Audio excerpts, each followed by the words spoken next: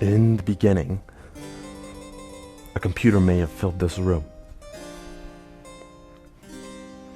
Eventually, we wanted to connect all the computers together so we could quickly share information. And so came ARPANET. First the computer, and then the network. Not too long after, the computers got smaller. They sat on our desks. They became a personal computer. And not longer after that, the web came. First the computer, and then the web. Eventually, on the web, Zuckerberg sat there and threw together Facebook in 2004. Today's video is about him, his story, and his fear. The basic story of technology in our lifetimes is how it's given us the power to express ourselves and experience the world with ever greater richness. Back when I started Facebook, that mostly meant text that we typed on computers. Then we all got phones with cameras, and the internet became much more visual. And recently, as connections got faster, video has become the main way that we experience content. We've gone from desktop to web to phones, from text to photos to video, but this isn't the end of the line. The next platform and medium will be even more immersive, an embodied internet where you're in the experience, not just looking at it. And we call this the Metaverse. So let's start by exploring what different kinds of Metaverse experiences could feel like, starting with the most important experience of all, connecting with people.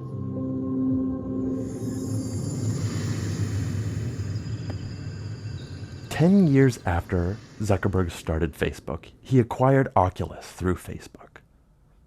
Eventually, 6 years or 7 years after that, he'd launch his vision for the Metaverse. This sprawling $10 billion, potentially a year business that he was going to invest in to build the technology needed to thrust us into the next era of computing. Zuck wants and wanted the Metaverse to be the next web, which meant that VR headsets were going to be the next PC. And on top of all of that, he wanted the next Facebook to be Meta Horizons. He wanted it to be this bustling place full of people and vibrant, the same way Facebook was at the very beginning. But I think that is where he fails. Hey, are you coming? Yeah, just gotta find something to wear.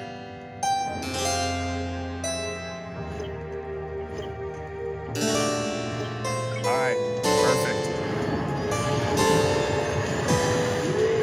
Boy. Oh, hey, Mark. Hey, what's going on? Hi. What's up, Mark? Whoa, we're floating in space? Who made this place? It's awesome. Right? It's from a crater I met in LA. This place is amazing. Bob, is that you? Of course it's me. You know I had to be the robot. I thought I was supposed to. So what has made Horizons a wasteland? What makes it so barren and cold and empty? If the headsets that he's selling are so cheap and so accessible, why aren't there enough people to fill up the Metaverse? My answer is that Zuck's dream is just too big. Before I say why, though, I do want to think about history again. So, if we think back to the computers that we talked about at the beginning, the computer always came first, and then the network. First the computer, and then ARPANET. First the personal computer, and then the interpersonal computer.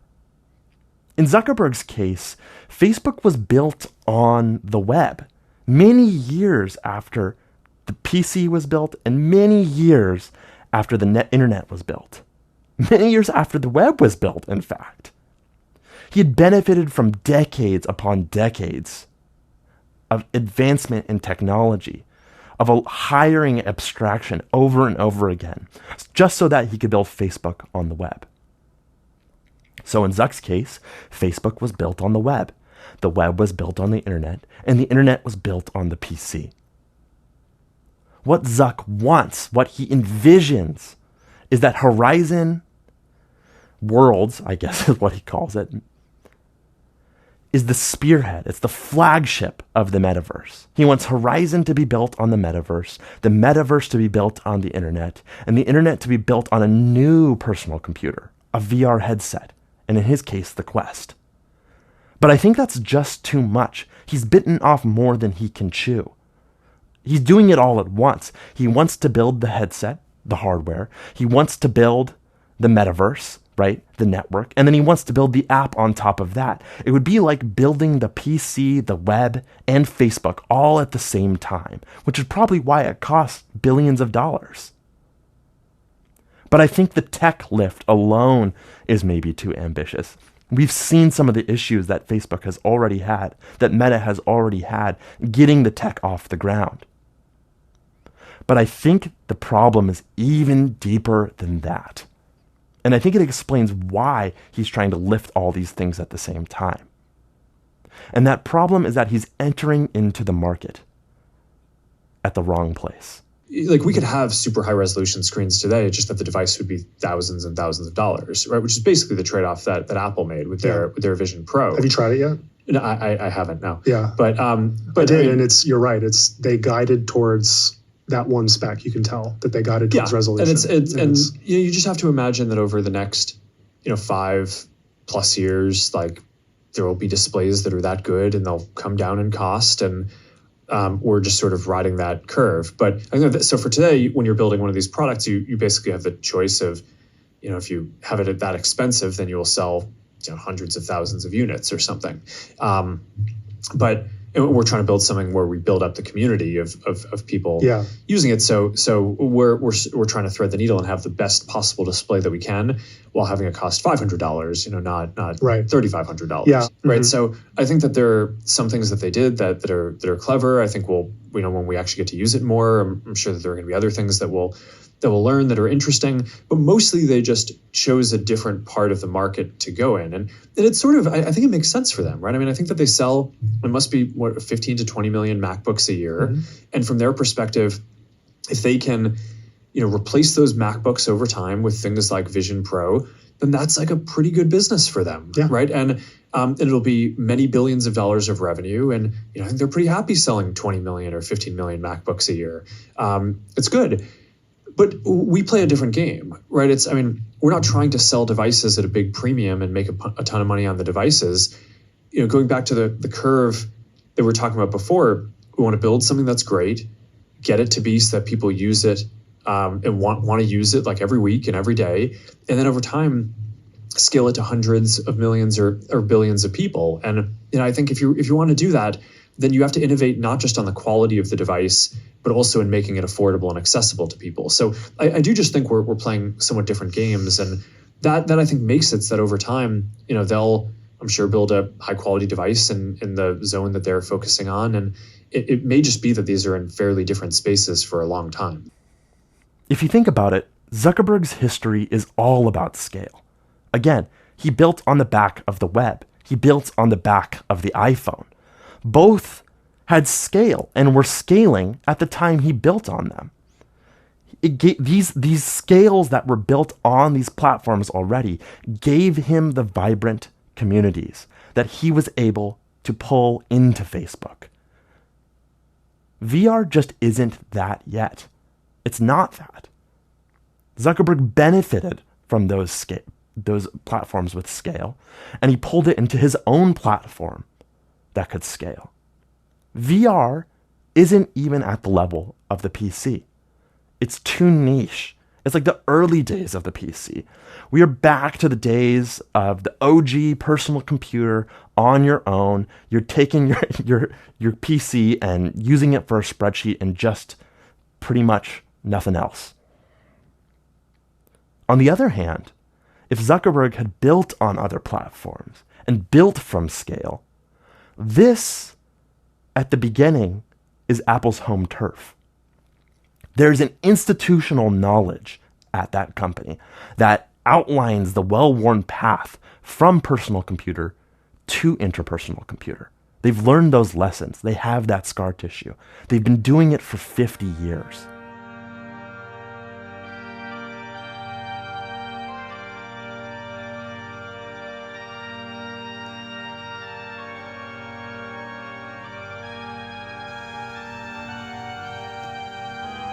Hi. For those of you that don't know me, my name's Steve Jobs, and this is the first of one of many Chalk Talks we're going to have this year together. The subject of this one is really important, which is who is our target customer? Why are they selecting our products over our competition's? And what distribution channels are we going to use to reach these customers? The third reason that people are moving in, which is one that I think will not become paramount in 1991, but within 24 months will be the largest reason people are buying our computers, is interpersonal computing. Improving group productivity and collaboration through the use of sophisticated desktop computers. And right now, when we first meet a customer, we tell them about interpersonal computing. I'm sure most of them would rather hear about the custom app solutions and the great productivity apps that we have. But as these customers become educated in the sales cycle, I'm sure all of you have seen the value of interpersonal computing rise in their eyes. And as we are successful, customer by customer, over the next year to 18 months, interpersonal computing will be something that rises on the customer's agenda of what's important, even as we walk in the door. So that brings us back to spatial personas, and more generally, Apple's approach. Whereas Meta's approach is quantity first, Apple's approach is quality first. Meta has quantity over quality. Apple has quality over quantity. Think about what Zuckerberg wants. He's building to the metaverse. He's starting at the endpoint. And in order to do that, in order to have the metaverse today, you need a lot of people with these headsets. And if you need a lot of people with these headsets, you need a low-cost device that is produced in high volume. And because of that, you're limited to limited use cases. You know, there are these interviews with Zuckerberg talking about his fears around Apple Vision Pro, or in his, what he claims is his lack of fear. And he tends to get a little defensive when reporters ask him about the Quest being a gaming device. Instead, he tries to shift it back to the idea of things being social. He says that the Quest is a device that is used more in social settings, for example, like Horizon, than in traditional gaming settings. And I think that that backlash is a little bit of his insecurity peeking through. Here's why. Social is not just a use case in its own right. It's just what Zuckerberg's used to building. He built Facebook as this new form of communication, of this vibrant forum. But that's not how all communication starts. In fact, communication starts with the self, and then a modest extension of the self with another. Over time, it might work its way to the forum, but it begins with an individual first. And that is Apple's approach. They're building the product, the individual product, the PC. They want the PC to be a product on its own right. They want the Vision Pro to be a good enough product on its own without the network. So Apple's approach allows them to build a high-cost, low-volume appliance with a broad set of use cases because of that. And so Meta truly is pigeonholed into a gaming device, one where the lowest common denominator dictates the pace for the entire platform. Apple has only one denominator because they have only one device. And that has allowed them to have a broader set of use cases for the individual, knowing that the networking will come later.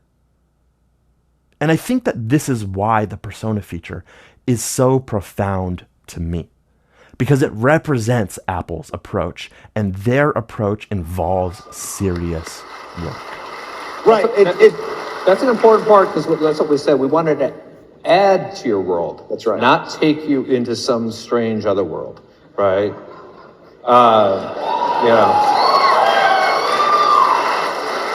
But that's just there locally. Then at a distance, we wanted to allow you to collaborate. And, the personas were, that was a really hard problem because, of course, you're wearing a device and you can't use FaceTime. That's not going to work. So what do? You can't use, your phone FaceTime. So we had to create a really authentic representation of you that you would be happy to interact with folks, at a distance. And that experience is pretty magical. You got to see, kind of one of the iterations of it. Some of you may not have seen so too, but it turns out that personas don't only have to live in a window. They actually are volumetric. So if you go take a look at the end of that, you can see a sneak peek of what they're really going to become over time. But what I will say is, like, we had, we'll talk about the meeting in detail, but like over the time, and now we've had a few of these, it's not weird to me anymore. And I think that is maybe my biggest takeaway from this experience. So we've spent, all told, maybe 4 or 5 hours in Horizon workroom meetings at this point. And I have found it to be a very normal feeling experience for having the meetings. And I have memories of these meetings. Well, let me say a couple things on, the kinds of things that are awesome on the product that might be pro use cases that you would do. One is collaboration. I mean, all of us are, doing some form of hybrid work or working from different places or working on the road. And this product has superpowers for doing that because you can create the perfect environment for you to work. And I know many of you have been on, WebExes or Zoom calls, and somebody's presenting something, and what you see is a bunch of people in a conference room, and they're all about one little tiny thing, and so you get 1 pixel per person.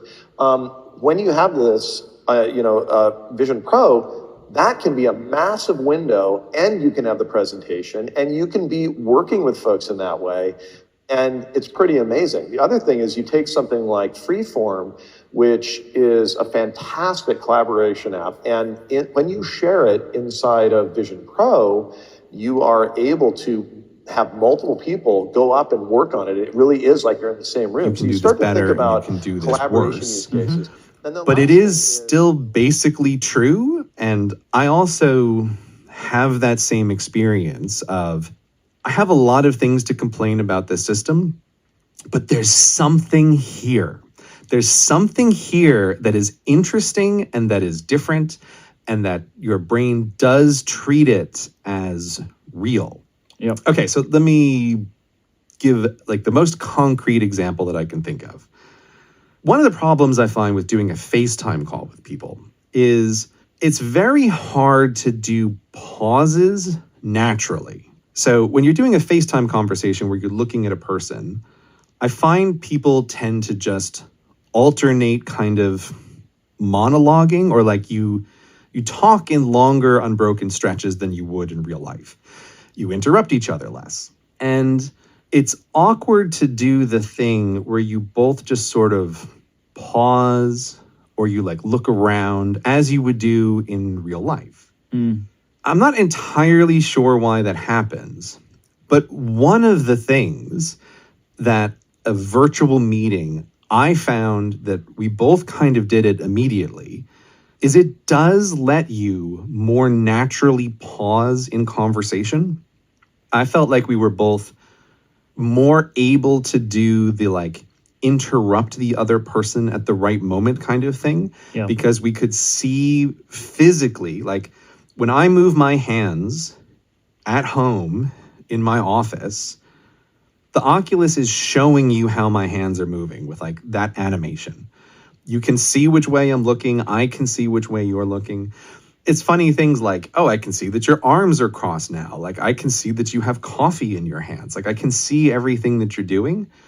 And I think that having the full view of the upper body is kind of better than FaceTime, because in FaceTime, you're often just looking at a cropped in version of that person's face. And there's also the effect that when the person on FaceTime isn't looking at you, you can see that they're looking away.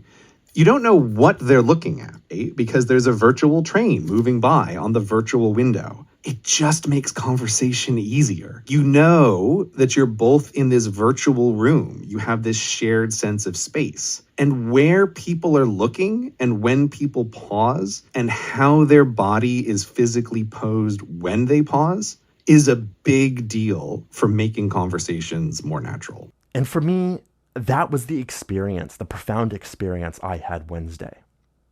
If telepresence is all about a vibrant, chaotic, fun metaverse world in Zuck's vision, Apple's vision is quieter. It's simpler.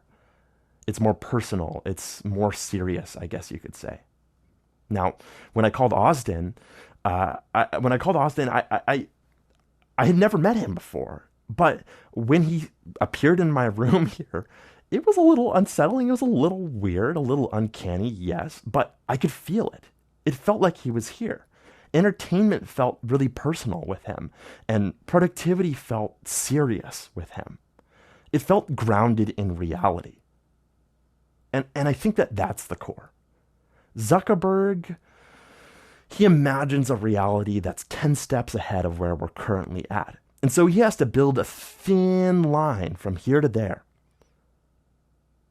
Whereas Apple's approach is grounded with where we are now. It's humbler, it's simpler. And that's really the Apple way. A lot of what we've shown today isn't going to be available in the next year or two. Some of this is still a long way off. But this is some of the most exciting stuff that I've ever gotten to work on. And I'm just incredibly energized to be on this journey with all of you. And there's one more thing that I want to tell you about today. I believe the metaverse is the next chapter for the internet. And it's the next chapter for our company too. So I've been thinking a lot about what this means for our company and who we are as we embark on this journey. We're a company that focuses on connecting people. While most other tech companies focus on how people interact with technology, we focus on building technology so people can interact with each other. One of the reasons I started Facebook was that at the time you could use the internet to find almost anything. Information, news, movies, music, shopping, except for the thing that matters most of all, people. Today, we're seen as a social media company, but in our DNA, we are a company that builds technology to connect people. And the metaverse is the next frontier, just like social networking was when we got started. Facebook was born in a specific time and place, a college campus, the web. It was what we could build at the time to put people back into our experience of technology. But connecting people was always much bigger.